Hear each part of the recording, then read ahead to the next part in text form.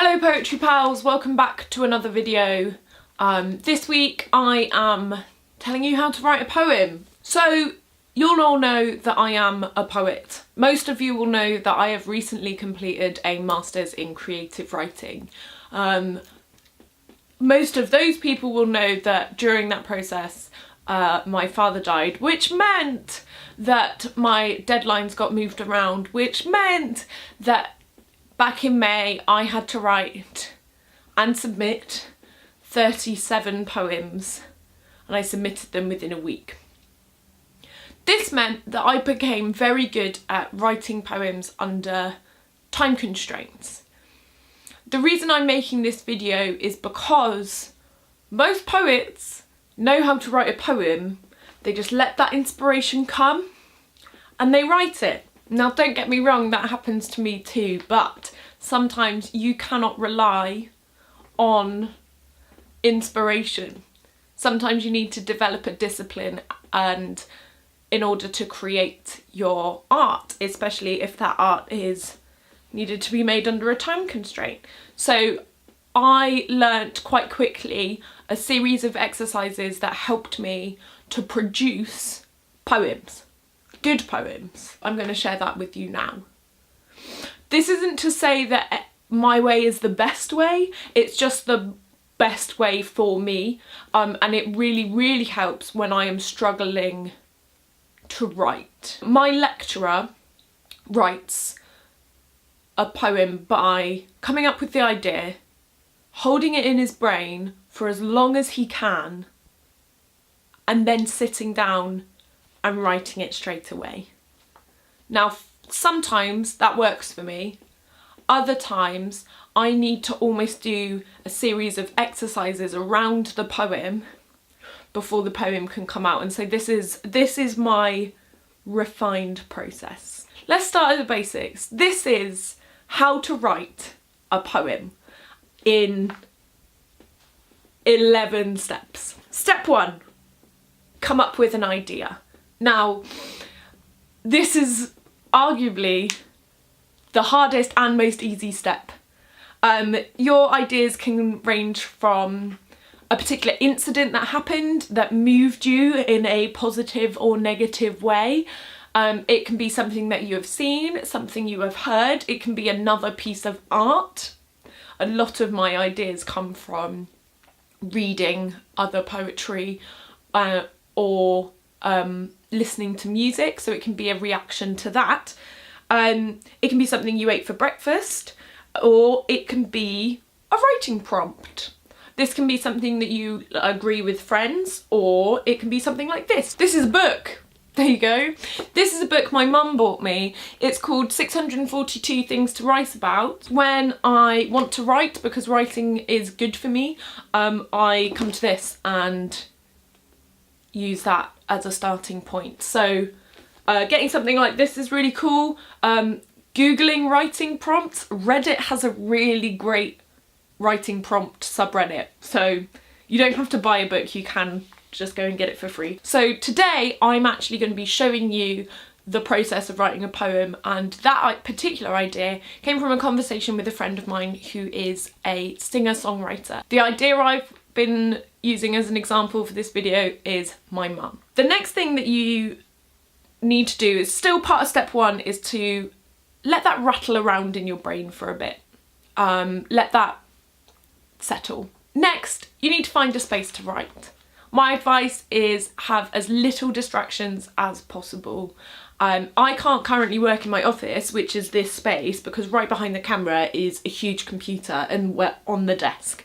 And so I find it really hard to write at that desk because there's screens there and I want to fill those screens with memes and drag queens, and I find that distracting. So I like to write in my living room or in my bedroom, and I'll put music on because I like having that background noise. It also helps drown out any other distracting noises of my partner or our housemate wandering around, and I don't like to have words in the music that I play while I'm writing, so I normally go for movie soundtracks. Actually writing, you've got your idea, you've rattled it around in your head, you found yourself a relaxing, quiet space to write.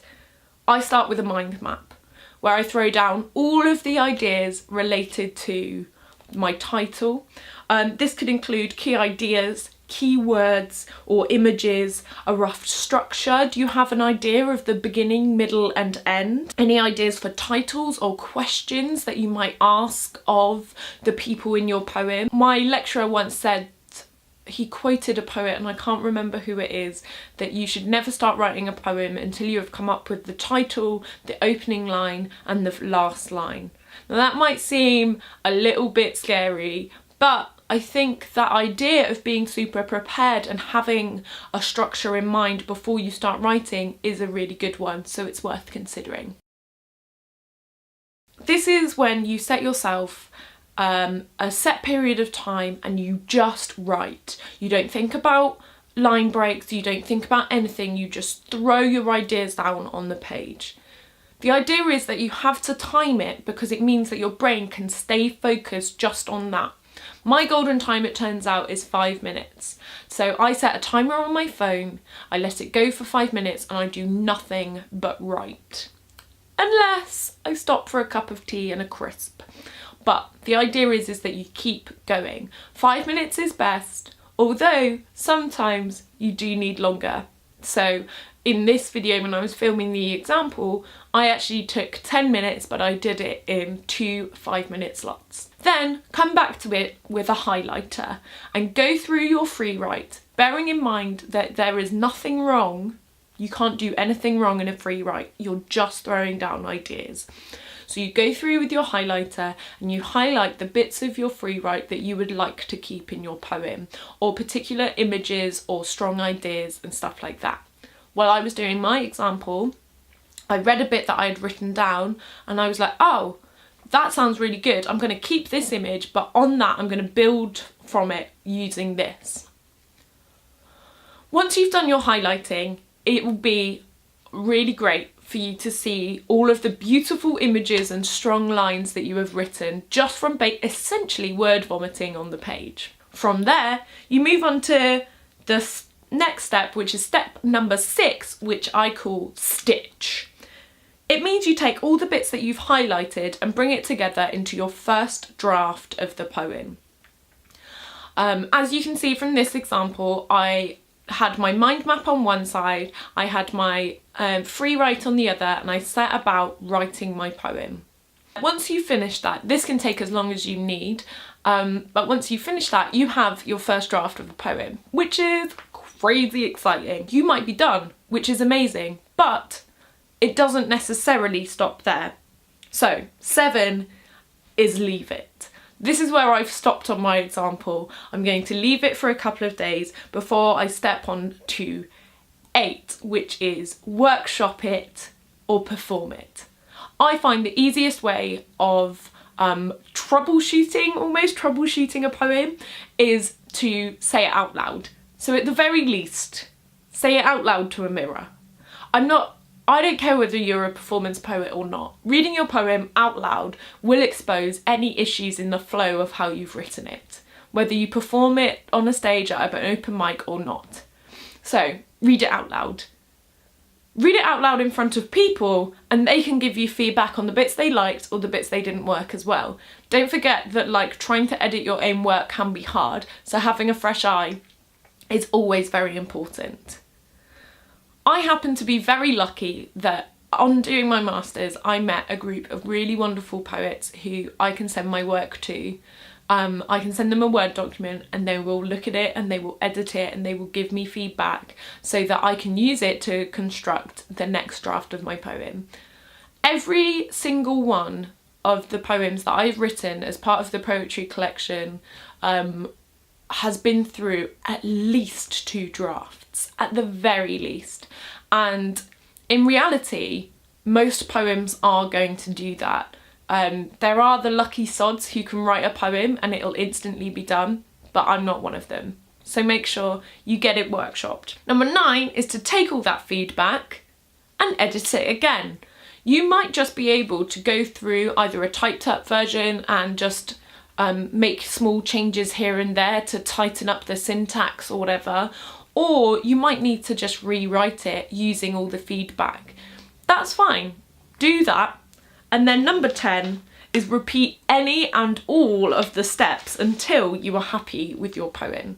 So for example, you might get feedback and realise that the poem that you're writing on that subject isn't going in the right direction, and you might need to take it right back to the mind map again and start all over again. Or you might think, this is good, but I think I need to explore this a little bit deeper, in which case you might want to do a free write to start generating some more ideas about how you can explore the subject. Step 11, which is kind of not really a step, but just a piece of advice, is acknowledge that you're never going to be happy with your poem.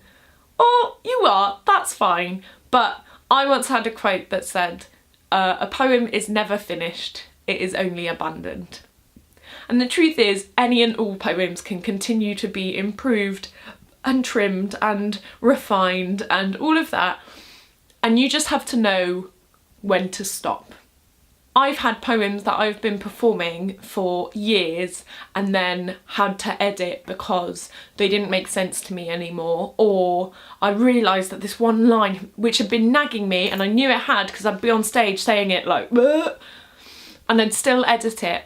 And just because a poem is out there, whether you mean on a video or published, it doesn't mean you can't create a new version of it.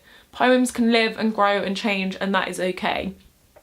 But part of it as well is knowing when to stop editing and when to start putting it out there in front of people, because don't forget, you can always change it again if you're not happy with it. So that's how to write a poem. I hope you enjoyed this one. Can't wait to see you next week for the next video. Please make sure you've subscribed to my channel so you can keep up to date with everything that I'm putting out. And let me know in the comments below what you want to see from me next, or who you want to hear about on how they write poems, because I will ask and I will get them round here with tea and biscuits if I can. Thanks very much. Bye!